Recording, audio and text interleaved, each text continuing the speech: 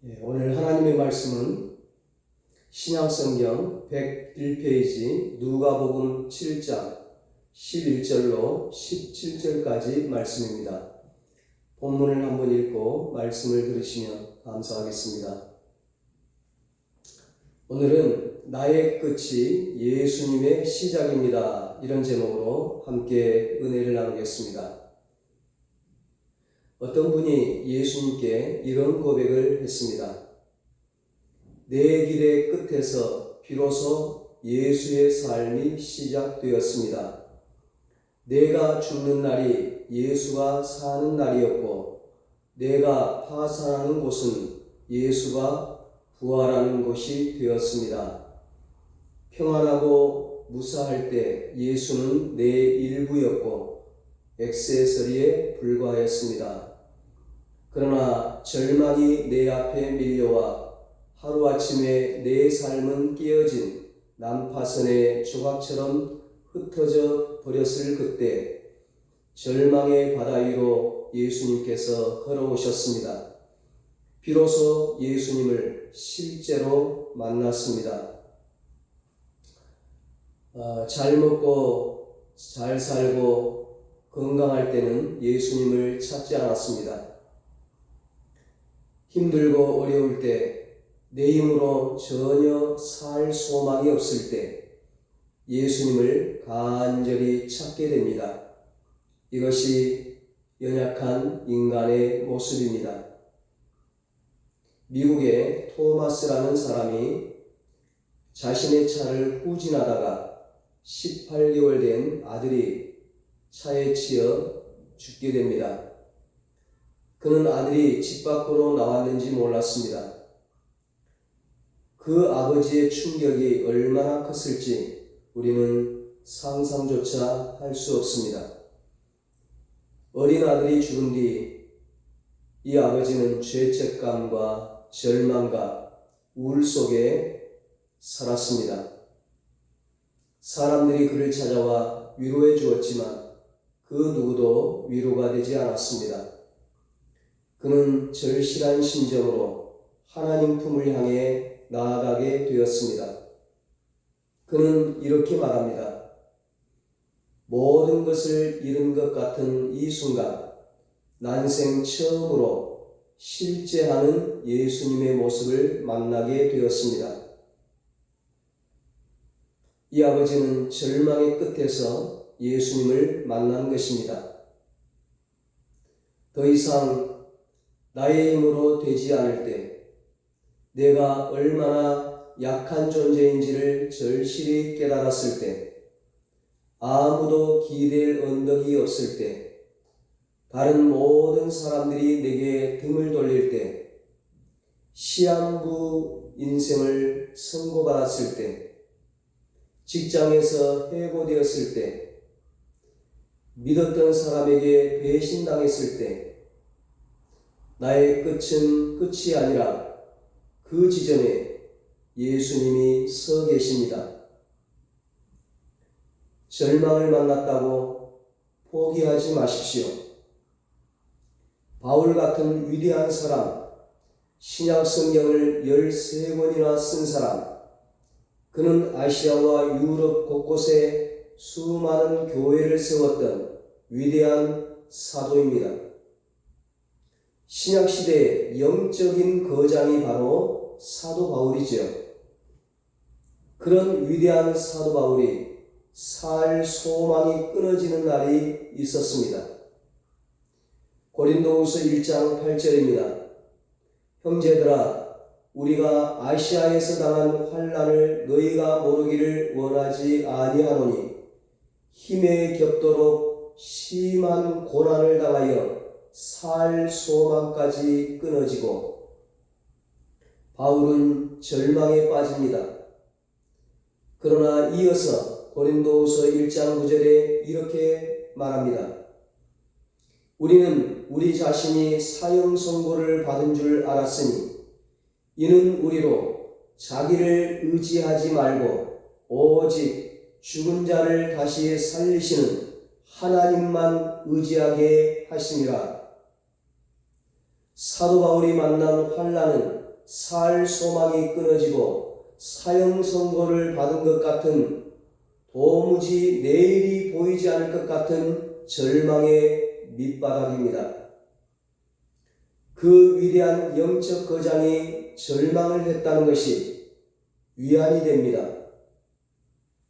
바울 사도가 절망했다면 내가 절망한 것은 어쩌면 당연한 것이고 자연스러운 것입니다.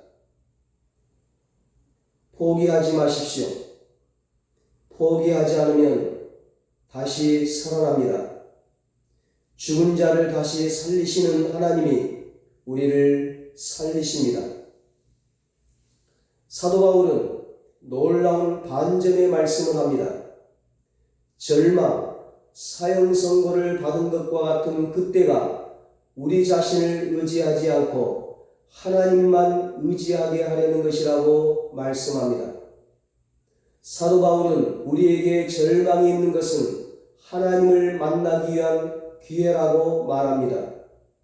그래서 예수 믿는 자에게는 절망도 유익입니다. 예수님 믿는 자에게 절망은 기회이고 하나님이 쓰시는 도구입니다. 하나님이 쓰시는 강력한 도구가 바로 고난과 절망입니다. 믿는 자에게 고난과 절망은 하나님을 만나기 위한 희망의 시작입니다. 내 실력, 내 노력, 내 재력으로도 되지 않는 나를 만날 때가 있습니다. 그날이 빨리 오면 올수록 내가 죽고 내 안에 예수님이 살기 시작합니다. 오늘 본문을 기록한 누가는 의사입니다. 의사가 사람의 죽음에 대해 기록하기 때문에 더 신뢰가 되는 것입니다. 본문절의 7절에 말씀합니다. 그러므로 내가 주께 나아가기도 감당하지 못할 줄을 알았나이다. 말씀만 하사 내 하인을 낫게 하소서. 예수님께서 갈릴리 가버나움에서 어느 백부장 하인이 죽어가는데 죽어가는 하인을 살려냅니다. 그 기적을 행하신 후에 예수님은 가버나움에서 남서쪽으로 약 40km 떨어진 나인성으로 가시고 계십니다. 예수님 주변에 있는 사람들은 조금 전 백부장의 하인을 고치신 기적적인 이야기로 기쁨이 넘치는 축제의 분위기입니다. 축제의 분위기를 안고 나인성으로 가고 있는 것입니다. 반면 나인성에서 한 무리가 나오고 있습니다. 이 무리는 죽음의 행렬입니다. 축제의 행렬과 죽음의 행렬, 이 두 무리가, 이 두 행렬이 절묘하게 맞닥뜨립니다. 성문에 가까이 이르실 때에 사람들이 한 죽은 자를 메고 나오니 이는 한 어머니의 독자요 그의 어머니는 과부라. 그 성에 많은 사람도 그와 함께 나오거늘. 12절 말씀입니다. 나인성은 즐겁다, 기쁘다 그런 뜻이에요. 나인성에 사는 사람들은 즐겁고 기쁜 줄 알았는데 지금은 죽음의 슬픔이 나인성으로부터 나오고 있는 것입니다. 나인성 과부는 남편이 일찍 죽고 아들 하나 바라보고 살았는데 그 아들이 죽은 것입니다. 엄마에게 행복을 주던 기쁨을 주던 그 아들이 죽고 만 것입니다. 그 슬픔은 주변 사람들조차 보이지 않을 만큼 너무나 컸습니다. 눈물이 차올라 눈물이 앞을 가려 앞이 보이지 않는 것이지요. 나인성 안에서 과부만 절망에 빠져 있습니까? 아니에요. 다들 남모를 조용한 절망 속에서 살아가고 있습니다. 예수님은 산상수훈에서 우리에게 이상한 말씀을 하셨어요. 애통하는 자는 복이 있나니 그들이 위로를 받을 것이며 마태복음 5장 4절 말씀입니다. 이 말씀의 헬라어 원어의 의미는 이렇습니다. 가장 소중한 것을 잃었다고 우는 자들은 복이 있다. 그제야 우리는 가장 소중한 분의 품에 안길 수 있기 때문이다. 절망의 때, 그때가 바로 예수님을 만날 수 있는 때라는 것이지요. 과부가 절망의 낭떠러지로 떨어졌을 때 예수님께서 다가오셨습니다. 주께서 과부를 보시고 불쌍히 여기사 울지 말라 하시고 13절에 말씀합니다. 주께서라는 말은 헬라어로 퀴리오스, 주인이란 뜻입니다. 예수님께서 온 우주의 주인이시며 나를 만드신 주인이라는 말입니다. 그분은 내 인생을 이 세상에 보내신 분이십니다. 내 인생을 시작하게 하신 분이시지요. 주인 되신 예수님께서 절망에 떨어진 과부에게 다가오셔서 새로운 시작을 행하십니다. 우리의 끝은 예수님의 시작입니다. 불쌍히 여기시다의 헬라어는 창자까지 뒤틀리는 아픔을 말합니다. 예수님은 과부의 아픔에 대하여, 슬픔에 대하여 창자가 끊어지는 고통을 느끼십니다. 예수님은 과부의 주인 되시며 과부의 삶을 시작하신 분이시기 때문입니다. 과부는 평생 처음으로 예수님의 음성을 들었습니다. 절망의 끝자락에서 울음을 달래주시는 예수님의 따뜻한 음성을 들었습니다. 우리의 주인인 예수님께서는 우리의 절망을 그대로 절대로 외면하지 않으십니다. 그러나 과부는 아직도 예수님이 주인이심을 몰랐습니다. 가까이 가서 그 관에 손을 대시니 맹자들이 서는지라 예수께서 이르시되 청년아 내가 네게 말하노니 일어나라 하시매 14절에 말씀합니다. 예수님 당시에 유대인들은 구약의 율법책인 창세기, 출애굽기, 레위기, 민수기, 신명기, 모세오경을 매일 날마다 읽고 외웠습니다. 민수기 19장 11절에 보면 사람의 시체를 만진 자는 이래 동안 7일 동안 부정하리니 말씀합니다. 예수님 당시 유대인들은 율법에 있는 그 말씀을 지키기 위해서 죽은 시신 있는 관에 절대로 손을 대지 않아요. 왜냐하면 내가 부정해지기 때문이에요. 시체를 만졌다면 일주일 동안 부정한 것을 회개하며 지내야 합니다. 예수님은 그 당시 사람들이 랍비라고 불렀습니다. 랍비는 더더욱 부정한 것을 만져서는 안 됩니다. 그러나 예수님은 죽은 청년을 살리기를 원하셨습니다. 예수님은 나의 상황, 나의 어떠함에도 절대 포기하지 않으십니다. 나는 나를 포기할 수 있을지 모르나 예수님은 나를 포기하지 않으십니다. 청년은 이미 죽은 자입니다. 누가 보아도 끝난 인생입니다. 죽은 청년이 살아난다는 것은 불가능한 일이지요. 예수님이 포기하지 않는 한 우리에게는 희망이 있습니다. 나는 끝이지만 예수님은 시작입니다. 청년이 어떻게 죽었는지는 모릅니다. 죽음은 소망이 없다는 것입니다. 온 우주를 창조하신 예수님은 소망이 없는 곳에 소망을 불어넣어 주시는 분이십니다. 예수님은 즐겁다는 뜻을 지닌 나인성에서 나와서 무덤을 향해 가는 절망의 끝에 있는 과부에게 직접 다가가셔서 죽은 아들을 살려주셨습니다.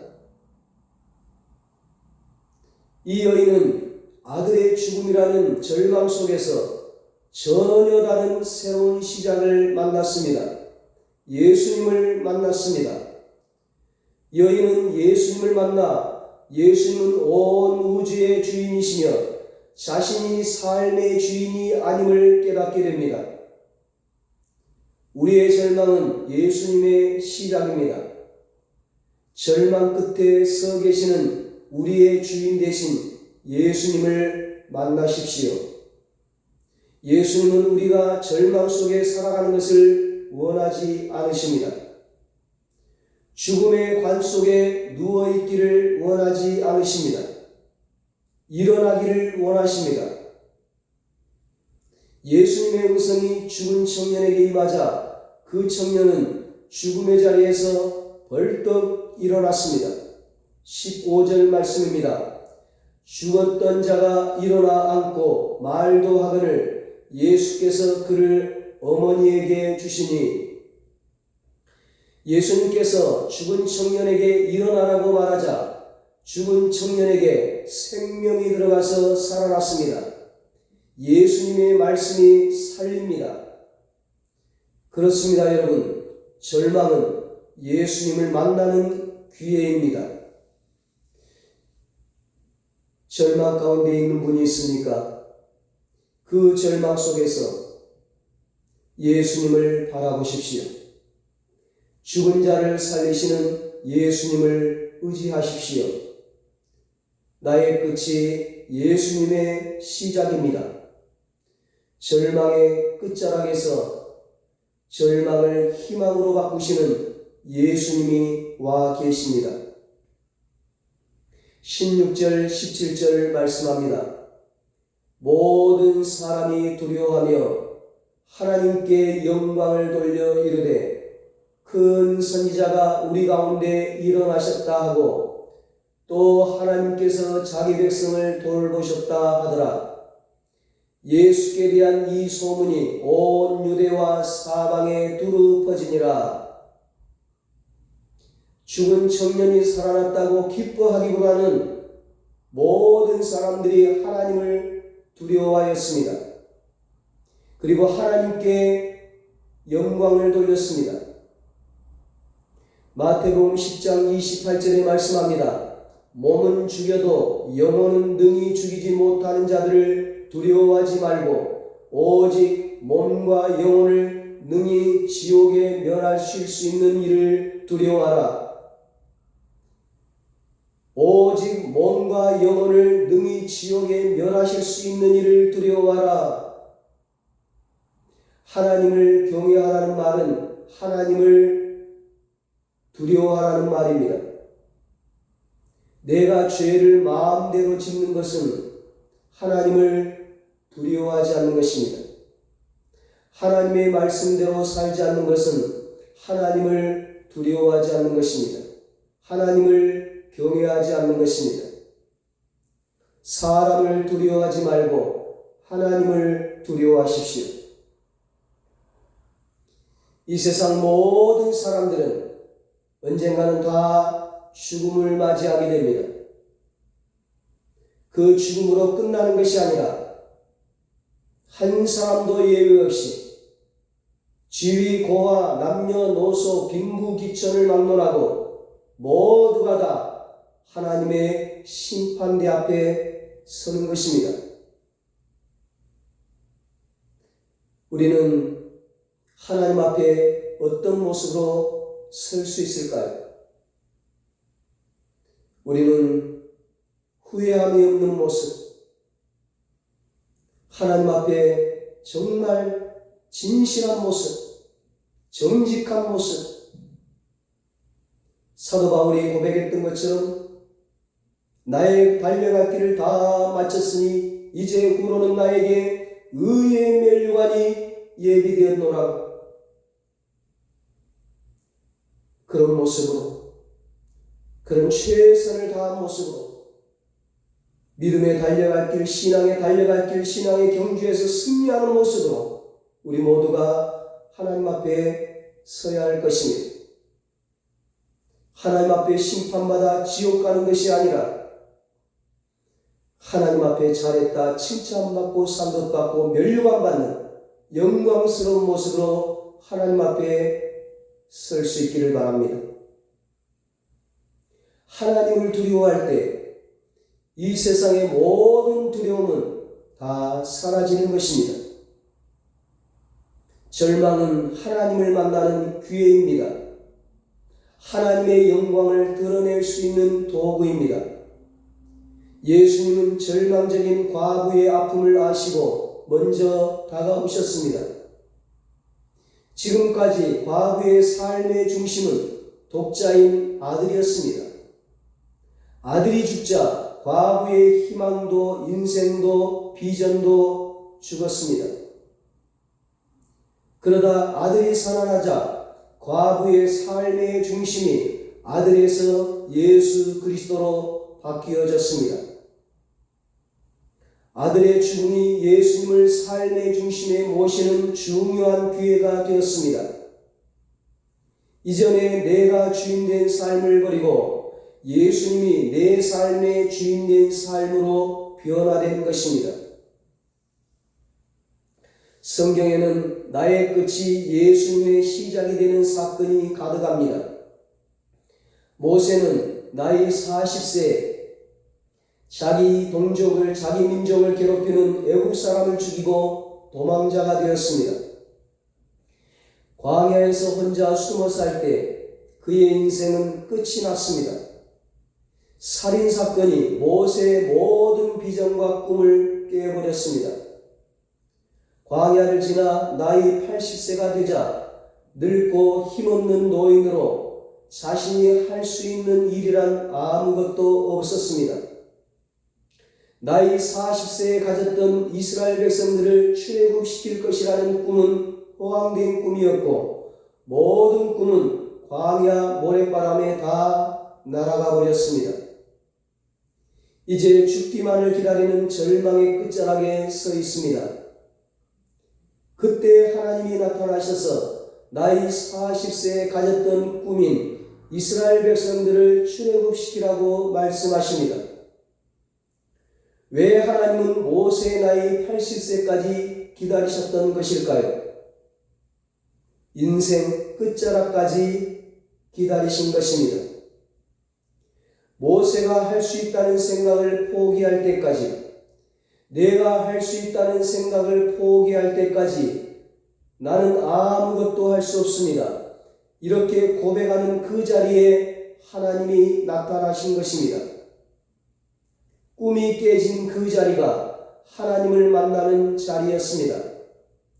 내가 아무것도 할 수 없는 그 자리가 하나님이 다시 시작하는 자리였습니다.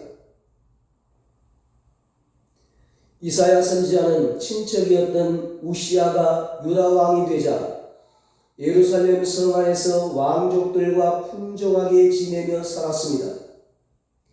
우시야 왕과 친하게 지내며 예루살렘 성전을 편하게 드나들었습니다.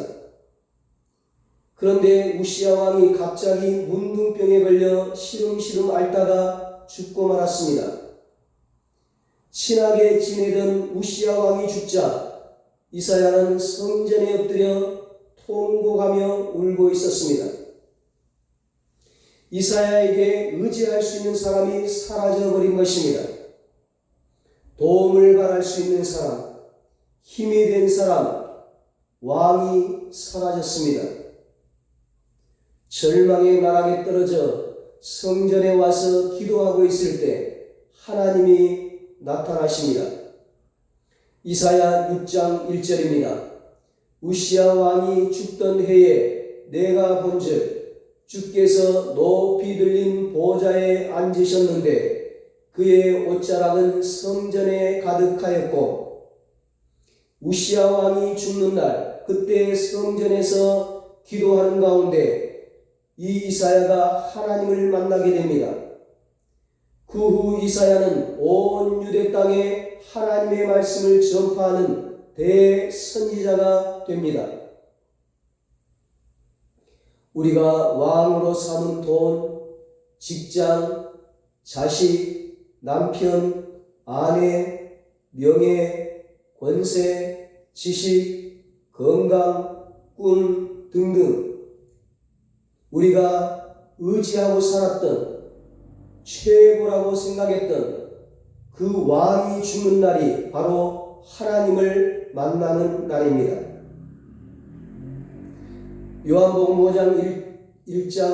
요한복음 5장 1절로 16절에 보면 베데스다 연못에 38년 된 병자가 나옵니다. 베데스다 연못에 1년에 한 번 물이 움직이는데 물이 움직일 때 제일 먼저 뛰어든 사람은 어떤 병이든지 낫는다는 전설이 있습니다. 물이 움직이기를 기다리는 38년 된 병자는 삶에 아무런 열정도 의욕도 없이 살아가고 있습니다. 병자가 처음 베데스다 연못에 올 때는 자신의 몸이 나을 것이라는 기대를 가지고 찾아왔습니다. 10년이 가고 20년이 가고 30년이 가도 자신의 병은 나을 기미조차 보이지 않습니다. 그래서 그는 포기하고 살고 있습니다. 무더운 여름과 추운 겨울을 베데스다 연못에서 지냈습니다. 그는 더 이상 자신의 몸이 치유될 것이라는 기대를 가지지 않았습니다. 남들이 던져주는 동전만 바라보는 거지 신세가 되고 말았습니다. 병자는 절망의 끝에 예수님이 서 계신 것을 몰랐습니다. 옆에 서 있어도 예수님을 알아보지 못하는 38년 된 병자에게 예수님은 너의 자리를 들고 일어나라고 말씀하십니다. 예수님이 베데스다 연못에 오신 이유는 38년 된 병자 한 사람 때문이었습니다. 38초가 되었건 380년이 되었건 예수님에게는 시간이 문제가 되지 않습니다. 상관이 없습니다. 지금 내 힘으로 안 됩니다. 지금 내 노력으로 안 됩니다. 그러나 나는 주님의 도움이 필요합니다라는 그 고백을 하는 시간에 예수님은 역사하십니다. 바로 지금 예수님의 도움이 필요할 때 역사하십니다. 베데스다 연못에 38년 된 병자는 질병이 치유될 확률이 거의 없을 때 스스로 생각해도 치료가 불가능한 그 절망의 끝에서 예수님을 만났습니다. 많은 사람이 성공을 원합니다. 그러나 성공은 사람을 바꾸지 않습니다. 성공은 교만하게 만듭니다. 하나님을 찾지 않게 만듭니다. 타락하게 합니다. 그러나 고난과 절망은 사람을 변화시킵니다. 하나님을 찾게 합니다. 하나님께 무릎 꿇게 합니다. 하나님께 부르짖게 합니다. 예수님은 왜 이 땅에 인간의 몸으로 오셨습니까? 절망 속에 있는 우리에게 희망이 되어 주시기 위해 오셨습니다. 예수님은 절망 속에 우리가 포기하고 있는 것을 내버려 둘 수가 없었습니다. 예수님은 왜 십자가에서 죽으셨습니까? 우리가 죄에 빠져 영원히 지옥에서 고통당하는 것을 내버려 둘 수가 없었기 때문입니다. 사랑하는 여러분, 기억하십시오. 내 절망, 나의 끝은 예수님의 시작입니다. 예수님은 내 절망의 끝에 희망으로 다가오십니다. 예수님이 다가오시면 내 인생에도 봄이 옵니다. 우리 모두 만물이 소생하는 이 봄에 나에게 다가오시는 주님을 만나 우리의 삶이 다시 살아나고 회복하는 역사가 있게 되시기를 예수님의 이름으로 축원합니다. 기도하겠습니다. 하나님 아버지, 오늘 과부가 아들이 죽은 것 때문에 절망 가운데 슬픔 가운데 울고 있을 때 자신의 힘으로 아무것도 할 수 없는 그 상황에 예수님 다가오셔서 예수님 찾아오셔서 그 아들을 살려주심으로 절망을 희망으로 바꾸어 주셨습니다. 슬픔을 기쁨으로 바꾸어 주셨습니다. 죽음을 생명으로 바꾸어 주셨습니다. 하나님 아버지, 오늘 절망 가운데 있는 우리 은성의 가족들, 주의 백성들 불쌍히 여겨 주시옵소서. 긍휼히 여겨 주시옵소서. 주님, 찾아와 주시옵소서. 나에게 찾아오시는 절망 가운데 있는 나에게 다가오시는 주님을 만나게 하여 주시옵소서. 그래서 모든 절망이 희망으로 바뀌고 죽음이 생명으로 바뀌고 슬픔이 기쁨으로 바꾸어지는 진정한 봄을 맞이하게 하여 주시옵소서. 모두가 다 예수님 만나 모든 삶이 살아나고 부활하고 회복하는 인생의 봄을 맞이하고 하나님께 찬양과 영광 돌리게 하여 주시옵소서. 이제는 우리 주 예수 그리스도의 무한하신 은혜와 하나님 아버지의 사랑하심과 성령님의 위로하시고 교통하시고 영원토록 함께하시는 은혜가 절망의 끝에 찾아오시는 주님을 만나 인생의 봄을 맞이하고 하나님께 찬양과 영광 돌리기로 다짐하는 사랑하는 모든 성도들과 저들의 가정과 자녀들과 사업과 직장 위에 이 나라 이 민족 위에 이제로부터 영원토록 함께 있을지어다. 아멘.